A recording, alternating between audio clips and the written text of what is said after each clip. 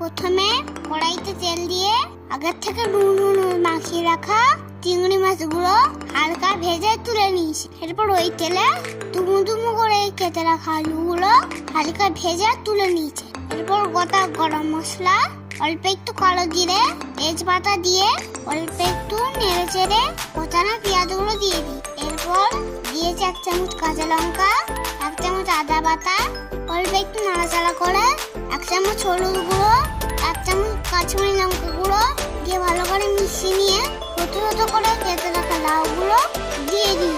অল্প একটু নাড়াচাড়া করে 1 চামচ লবণ দিয়ে একটু ভেজে নিয়ে পরিমাণ মতো জল দিয়ে ভালো করে মিশিয়ে নিয়ে ঢাকনা দিয়ে ভাত সেদ্ধ করে নিচ্ছি। এরপর দিয়ে দিচ্ছে আগের থেকে ভেজে রাখা আলুগুলো দিয়ে এরপর নাড়াচাড়া করে 1 চামচ চিনি দিয়ে দিচ্ছি। দিয়ে ঢাকনা দিয়ে সেদ্ধ করে নিচ্ছি। আরো লাউ ভালোভাবে সেদ্ধ এলে ভেজে রাখা চিংড়ি মাছগুলো দিয়ে নাড়াচাড়া করে নিচ্ছি। মাখো হয়ে এলে 1 চামচ ঘি ও গরম মশলা দিয়ে ভালো করে মিশিয়ে নিয়ে নামিয়ে নিস। তৈরি হয়ে গেছে লাউ চিংড়ি। ভিডিওটা যদি ভালো লাগে প্লিজ একটা লাইক ও সাবস্ক্রাইব করে দিও।